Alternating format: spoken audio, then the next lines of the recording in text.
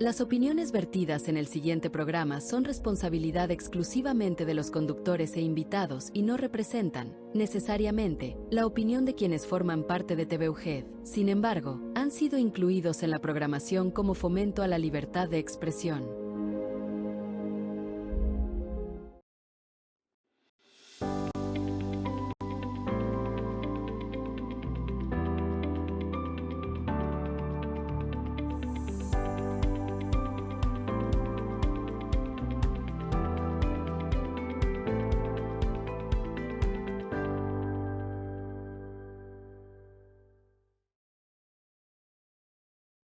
Bienvenido a su programa, entonces, que aquí por la señal de TV UGED. Como siempre, agradeciéndoles mucho el favor de su atención a esta serie de programas, que ojalá colaboremos con un granito de arena para que usted, a través de esta información, pues tome decisiones más precisas, se entere. Siempre es bueno tener conocimiento sobre temas de salud mental y de otros, que es la intención que tengo aquí en el programa de Entonces, ¿qué? Oiga, vamos a tener un programa sensible que está de alguna manera, que nos tiene consternados a la comunidad, principalmente a la ciudad de Durango, a partir precisamente de suicidio en adolescentes. Vamos a tratar este tema que ya ve que se presentan, por ahí nos informamos a través pues, de los medios de comunicación, las redes sociales, y definitivamente nos consterna. Y bueno, tenemos que abrir los ojos porque no sabemos por dónde nos puede de alguna manera llegar con gente cercana, media cercana o conocidos de alguna manera. Entonces vamos a abordar precisamente esto que es el suicidio en pubertad y adolescencia, que va a ser abordado por un amigo de TV UGED, un amigo de la comunidad de Durango y mío personal, que es precisamente un experto, que es el doctor Manuel Salazar Enríquez. Él es psiquiatra, psicoterapeuta y sexólogo, y va a estar disertando sobre este tema, al cual le agradezco muchísimo su presencia aquí y le doy la más cordial de las bienvenidas. Doctor, muy agradecido y bienvenido. Muchas gracias, maestro, y bueno, siempre agradecido con nuestra universidad y con su programa, que sin duda contribuye mucho en uno de los temas que hoy necesitamos, que es la psicoeducación. Exacto. Creo yo que el reto hoy es psicoeducar y psicoeducar. El tema del suicidio en niños y en adolescentes sin duda es un tema que genera frustración, enojo, mueve muchos sentimientos, porque es quizás de todas las muertes la única que es prevenible. Es decir, la sociedad ha cambiado, los tiempos han cambiado, las dinámicas han cambiado, el mundo ha cambiado, y la verdad es que hoy un problema lacerante para la sociedad es justamente que nuestros niños y nuestros adolescentes están muriendo por suicidio. A partir del 2024 hubo un incremento muy marcado que convierte ya el suicidio en un problema de salud pública. Es decir, esto es un tema que tenemos, y además, ¿cuál sería el trasfondo? Bueno, pues que el suicidio es una de las condiciones más multifactoriales que hay. Por mucho tiempo pensamos que el suicidio estaba asociado a la patología mental. Sin embargo, hemos descubierto a través del ensayo-error que no, que el suicidio está incubado desde las infancias. El suicidio viene desde las infancias. Es como, yo siempre pongo un ejemplo muy didáctico, que es, me imagino que cuando nacemos traemos una cubeta donde ya trae tantita agua, esa agua es la genética, lo que ya traemos, bueno y malo, pero conforme vamos avanzando nosotros con nuestra cubeta, la posibilidad de que la cubeta se llene o que se mantenga a un nivel medio va a depender de muchos factores. Primer ingrediente, al nacer, bueno, llegamos a el primer retén para que se puedan detectar problemáticas, que es la familia. Algo está ocurriendo por múltiples factores, que la entidad familiar está fallando. Es decir, las familias estamos fallando por muchos factores que los iremos abordando poco a poco, pero hay un problema ahí. Entonces, aquí tenemos el principal desajuste, la parte vincular, la parte del apego, la parte de la nutrición emocional, la parte de la fertilización neuroemocional, suele ser muy descuidada. Pero aquí no hay culpables, porque tampoco los padres traen un manual para poder hacer bien las cosas. Sería injusto pensar que los padres lo hacen con dolo. Creo que cada padre lo más valioso que tiene son sus hijos. Sin embargo, ahí está el primer retén de falla. Conforme va avanzando esta situación y al no detectar problemas en los chiquititos como impulsividad, un niño que tiene poca tolerancia a la frustración, un niño demandante, un niño controlador, un niño con algunos focos rojos que lo van a perseguir, y cuando llega justamente al segundo retén, que es la escuela, el niño ya sale de casa para entrar a preescolar, a primaria, y entonces ese niño lleva su cubetita. Esa cubetita se pudo haber llenado en casa con la ausencia del padre, de la madre, con situaciones de maltrato, de negligencia, y la cubetita se va llenando.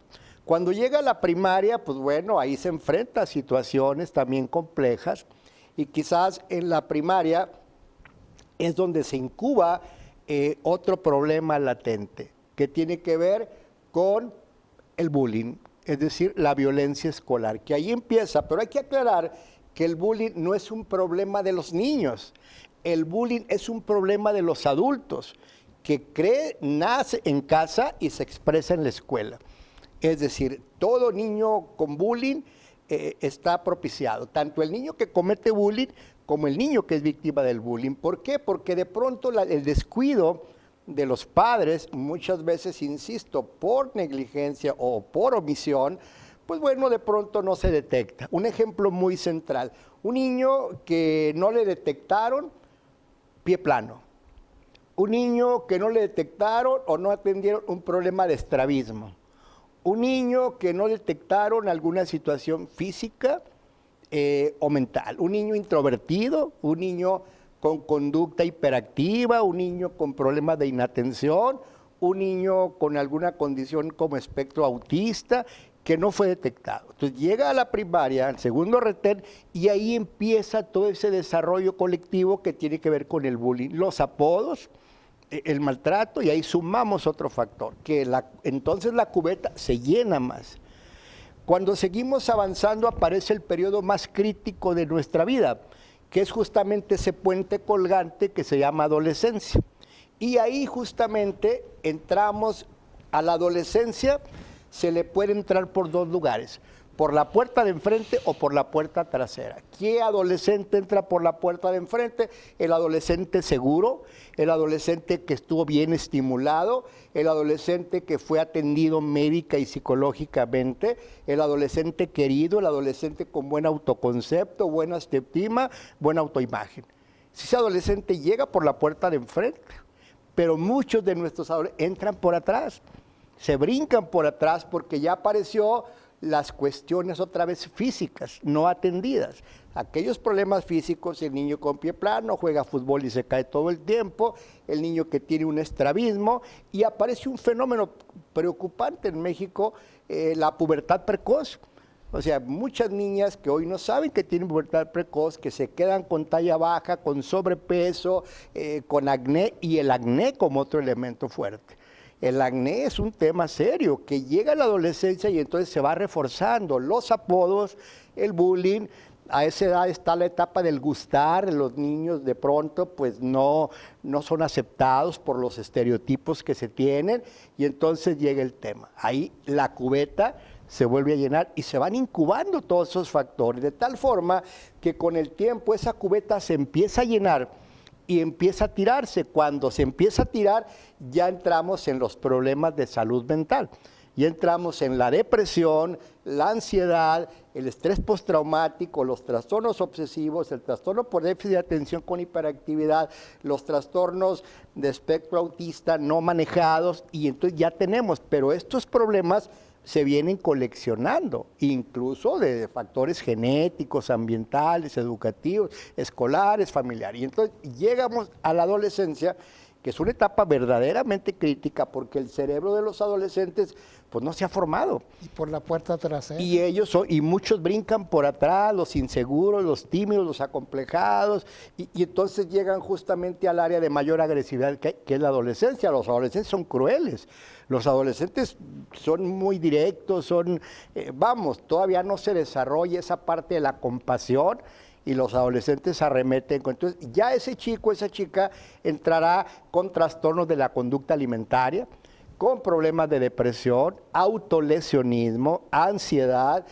distorsión de su esquema corporal, y entonces, pues bueno, con esos elementos se cocinan las enfermedades, que ahí es donde se puede detonar conductas peligrosas como el consumo de sustancias, los problemas de autolesiones, la complicación de trastornos de alimentación, anorexia, bulimia, atracones, la vigorexia, una adicción por el ejercicio desmedido, y bueno, pues empiezan la rumiación suicida, empiezan a tener esa parte de no querer vivir, y aquí entra otro capítulo poderosísimo que es la tecnología. La tecnología en la actualidad es un tema que vale la pena revisar, quizás en un rato lo hablemos, para ver cómo en esta cadena que trato de ir armando, por qué detona en algo que nos lastima a todos, que es el suicidio en niños y en adolescentes. Es correcto, doctor. Es un tema que necesitamos los padres, los profesionales de toda índole, tener los ojos abiertos, ¿verdad? Sí, porque la verdad es que hoy quienes están dominando esas emociones, ese cerebrito todavía no formado, es la tecnología. Hoy tenemos la generación de los niños y los adolescentes más informados de la historia, pero los que tienen menos conocimiento.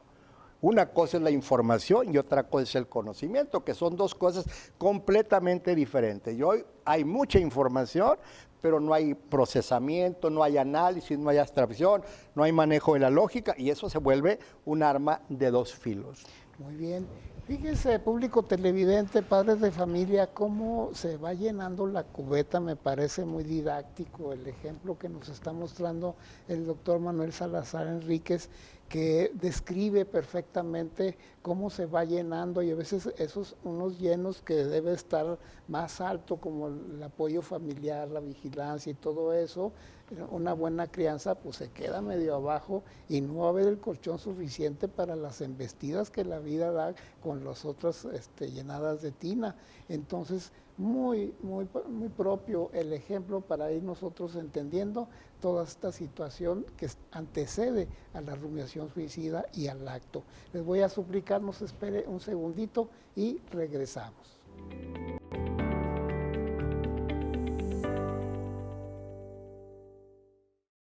Continuamos con su programa, entonces, ¿qué? Aquí por la señal de TV UGED.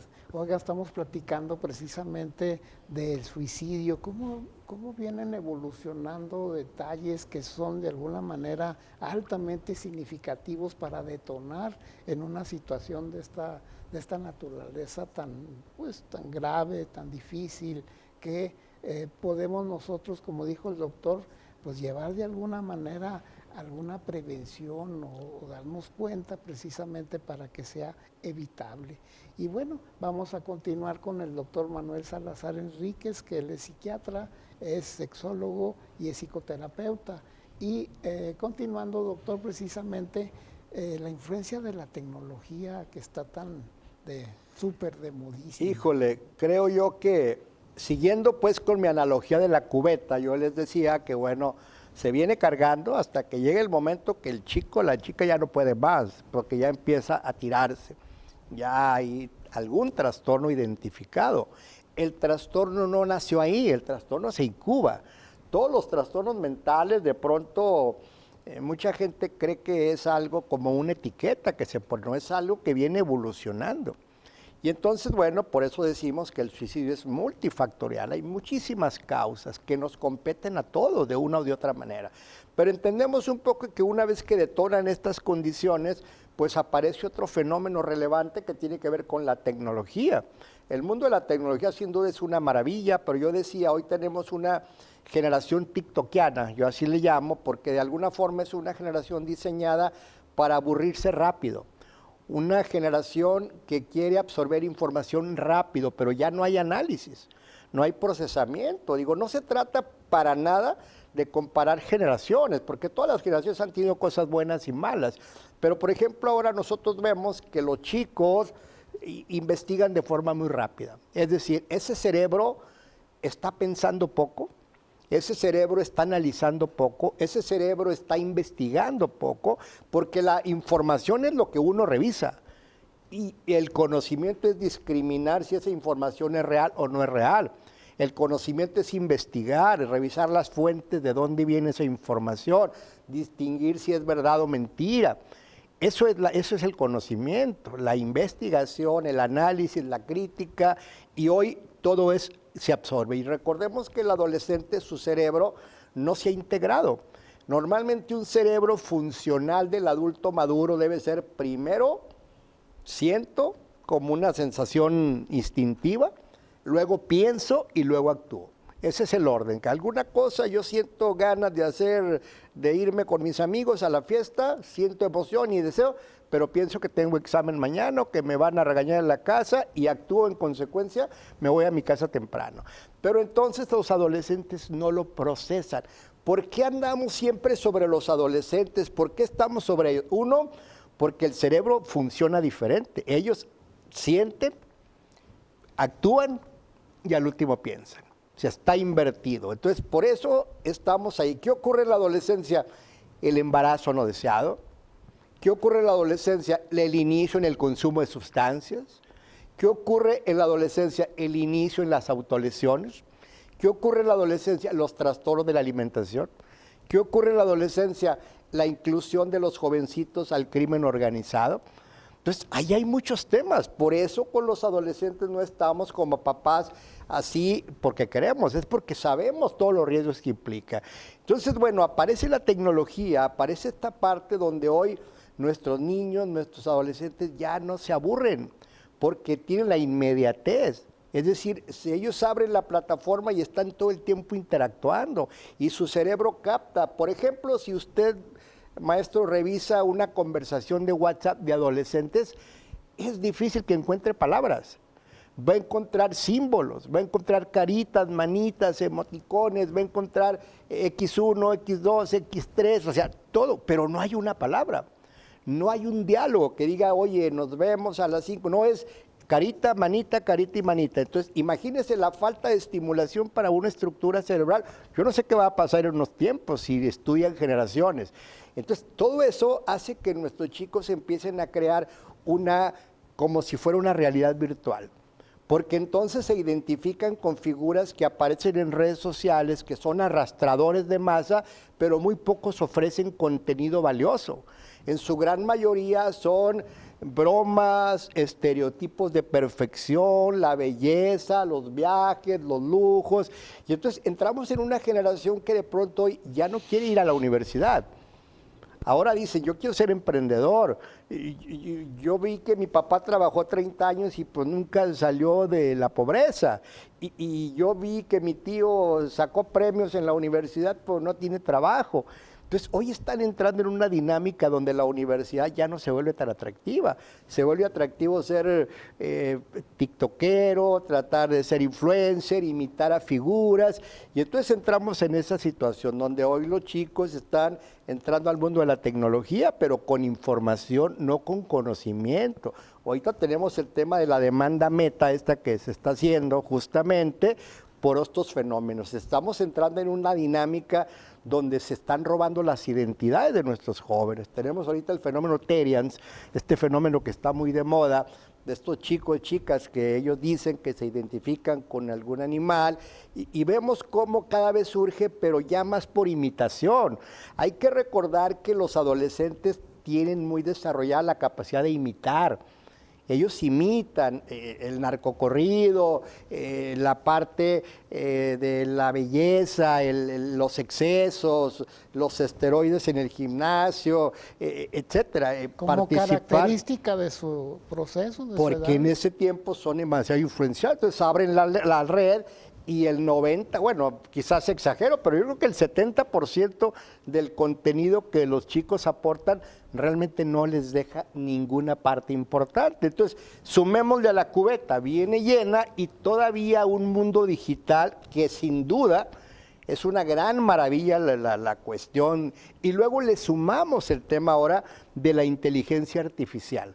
Esta forma del clonaje de identidades, esta forma de suplantar identidades, esta forma de crear imágenes que un cerebro de ellos no ve. Usted le enseña una imagen a un niño chiquito sobre un pastel donde salen víboras, donde salen gatos, pues el niño procesa diferente. Entonces, ese fenómeno de la IA, este fenómeno sin duda, si no tienen disciplina, no tienen tutoría, no tienen cuidados, un padre me decía, pues es que yo ya no le entiendo esas cosas. Digo, pues no, con la pena, pero tienes que entenderle. Hoy es una obligación que como papás entiendan la tecnología, porque tienen que saber lo que pasa con sus hijos, tienen que aplicar la máxima que yo digo, mientras que tu hijo va a ordeñar la vaca, tú ya tienes que estar comiendo quesadillas, o sea, tienes que ir un paso adelante. Y hay papás que no saben prender una computadora, que no saben buscar qué páginas estuvo viendo mi hijo anoche, ayer se desveló y no sé qué pasaba. Entonces se va contribuyendo todo eso a que empiece la frustración, la mala gestión de emociones, y entonces ante un mundo donde no encajo, tengo que crear un personaje, y ese personaje puede ser mucho, pero además, como yo imito, pues el narcocorrido, la cultura suburbana, algunos grupos, como en alguna época tuvimos estos grupos suburbanos, los darquetos, punquetos, los emos, que la conducta no es criticable, ni siquiera es una patología, pero sí se ha encontrado que detrás de esa conducta pudiera haber niños, no todos, pero pudiera haber niños y adolescentes que a través de una conducta disociativa pues nos están pidiendo ayuda.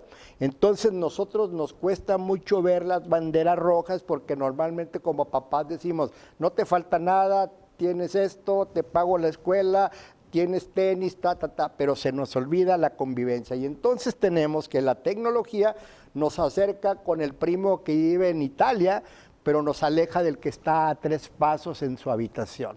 Creamos estos búnker familiares donde todo el mundo estamos, incluyendo a los adultos, estamos con una terrible dependencia por el celular y de pronto se nos olvida que los hijos crecen, que los hijos cada día avanzan y crecen y de pronto cuando quieres entrarle, pues tu hijo ya es un adolescente, ya trae todas las fallas y entonces el riesgo de que su salud mental se vea quebrantada, porque hay 2 grandes factores que retrasan la atención cuando hay un problema de salud mental. El primero, falta de disponibilidad de lugares para la atención en adolescentes.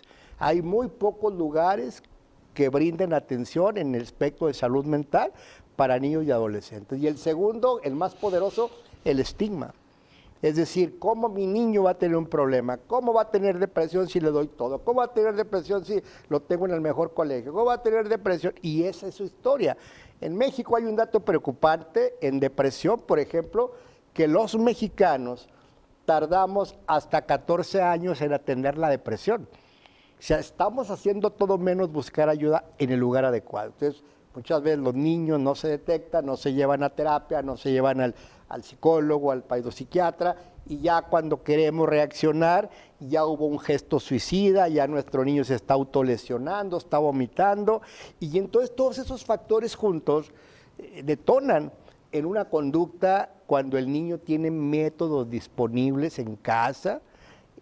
Ahorita quisiera platicar, pero el tema es que hoy no le estamos entrando bien a la prevención porque nos estamos enfocando en dar pláticas, y llenamos un auditorio con adolescentes. El suicidio es esto, se matan más los hombres que las mujeres, y muchas veces hay poblaciones que reciben ideas. O sea, esto es un tema que se tiene que analizar muy bien, cómo estamos psicoeducando en el tema de la depresión y el suicidio en la población adolescente. Público televidente, fíjese qué interesante lo que menciona el doctor, aparte de la tina que se va llenando de todas las experiencias de la vida, para cerrar con broche de oro, entre comillas, es precisamente la tecnología. y la falta de supervisión. Nosotros debemos estar, como dijo el doctor, un paso adelante, ya comiendo las quesadillas cuando el chico está ordeñando la vaca, que es sumamente importante que nosotros los adultos estemos pues más preparados, mucho más sensibles a cualquier foco rojo que nos encontremos por ahí y que no sea de alguna manera normalizar lo que no es normal y poner atención en los centros o en las disposiciones que hay para la atención de estos casos. Doctor, le agradezco mucho nuevamente. Muchas gracias, un placer, licenciado. Sí, muchas público gracias. televidente, espero que todos estos comentarios pues hayan sido de su completo agrado y más de su utilidad. Muchas gracias y nos vemos a la próxima.